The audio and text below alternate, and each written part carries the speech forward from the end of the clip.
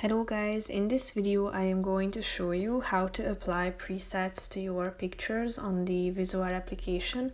But first I just want to mention, don't forget to subscribe to my channel because at 10,000 subscribers I am going to show you my whole YouTube revenue statistics and growth strategy, how to make money online. So let's jump into it.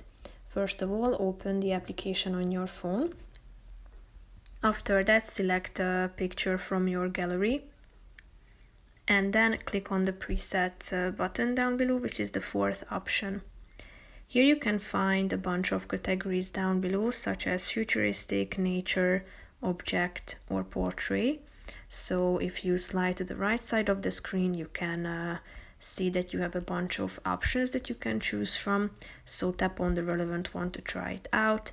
And if it suits your preferences and you would like to save it, tap on the apply button in the upper right corner of the screen to apply it to your picture, and then you will be able to save it by tapping on this save button in the upper right corner of the screen. So that's pretty much it for this video, guys. See you in the next one. Bye bye.